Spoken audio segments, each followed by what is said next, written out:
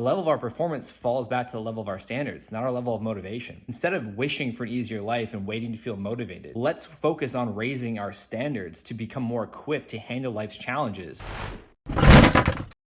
I overcame multiple brain tumors, brain surgeries, radiation treatments, other injuries, surgeries for other injuries for over a decade of my athletic career, living my childhood dream as a professional BMX athlete, and years since I retired. And it taught me that we can only control two things in our life: our mindset and our effort. Everything else falls prey to the level of our mental programming. And the idea is to perform at our best, we don't need motivation. We need higher personal standards.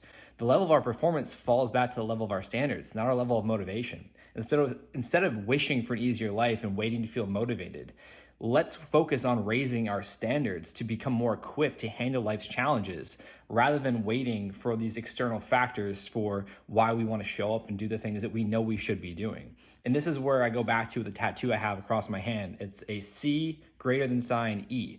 It stands for living at cause for my reality is greater than living at effect to my circumstances. To me, it's the equation of empowerment. We can't have a life that we want if we're not willing to show up and do the work. And so this idea of let's go all in on our strengths, focus on our strengths, I call bullshit on that, because strengths aren't what lose games. Strengths aren't what lose to the different various aspects of our lives. It's our weaknesses and our blind spots. And so much of my athletic career was focused on exposing those weaknesses and those blind spots and enhancing them, because by doing so, it just strengthened my strengths. And by maintaining my strengths, I became more confident because I was becoming competent in the process of improvement. And something I just recently learned was the science of change and the neurological and biological effects of the myelination, which is the strengthening of neuronal connections and new pathways and thoughts and all those things in our brain.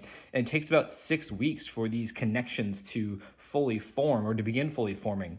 And so the science of change and habit formation tells us that in order to change a part of who we are and the habits that we want to take on or get rid of, we have to do something different consciously and repeat it consciously over a certain amount of time. The average habit forms in about 66 days.